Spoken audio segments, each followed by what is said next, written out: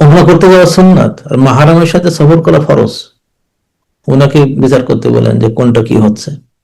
যদি এমন হয় যে উনি যেখান থেকে যাচ্ছেন সেখান থেকে মক্কা শরীফ যাওয়া পর্যন্ত ওর ভাই তাকে নেওয়ার আগ পর্যন্ত রিফকাতুল মামুনা আছে, একেবারে সেফ, পুরা সেফ জার্নি আছে।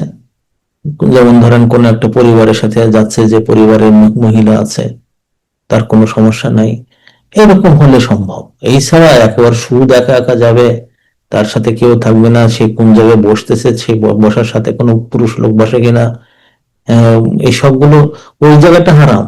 এক পুরুষ লোক পাশে বসে বসে সে মক্কা পর্যন্ত যাচ্ছে, এটা হারাম। আর উমরা করা সুন্নাত, তো সুন্নত কাজ করতে যেয়ে যেন হারামটা না হয়। যদি ওরকম সুযোগ থাকে যে পাশে একজন যাচ্ছে, আহ, কিছু কিছু ক্ষেত্রে হঠাৎ করে দেখা যায় যে শুধু মহিলাকে সফর করাতে হচ্ছে, কোন কোন ক্ষেত্রে। এমনিতে সাধারণভাবে জায়েজ নেই, কিন্তু বাধ্য হয়ে সফর করাতে হচ্ছে। তো সেই ক্ষেত্রে যদি এমন হয় যে একটা পরিবারের সাথে আপনি যাওয়ার ব্যবস্থা করতে পারছেন, এয়ারপোর্টে যে একটা পরিবারের সাথে পরিচয় হলো। আমার মনে আছে যে আমি একবার বাংলাদেশে যাচ্ছে, আমি এবং আমার ওয়াইফ, আমার বাচ্চা, 3 বাচ্চা সহ।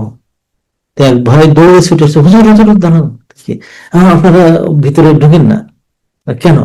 তাহলে যে আমরা একসাথে টিকিট করব, তাতে আমার আমার ওয়াইফ একা একা যাচ্ছে, তার মা সাংঘাতিক অসুস্থ, এই বাচ্চাদের এখানে পড়াশোনা, আমি তো যেতে পারবো না, আমার ওয়াইফকে একটু নিয়ে যেতে হবে। তো আপনার সাথে থাকলে সুবিধা হবে যে টিকিট একসাথে সিট হবে, পাশাপাশি সিট হবে, একসাথে যেতে পারবো। আলহামদুলিল্লাহ, আমার 3 মেয়ে, আমার ওয়াইফ, 4জন মহিলা সেখানে, আমি আছি, যেতে পারছে। আমি এটাকে নাজায়েজ মনে করি না, যে রিফকাতুল মামুনা যেটা বলে।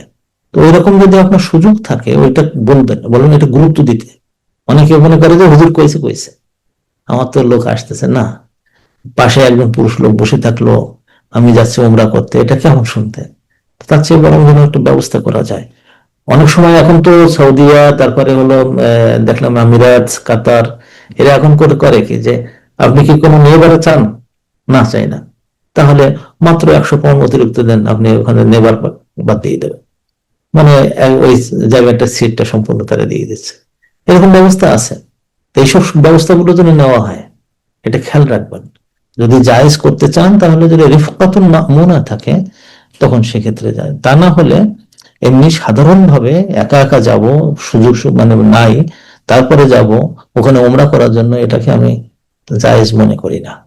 জাযাকুমুল্লাহ খাইরান।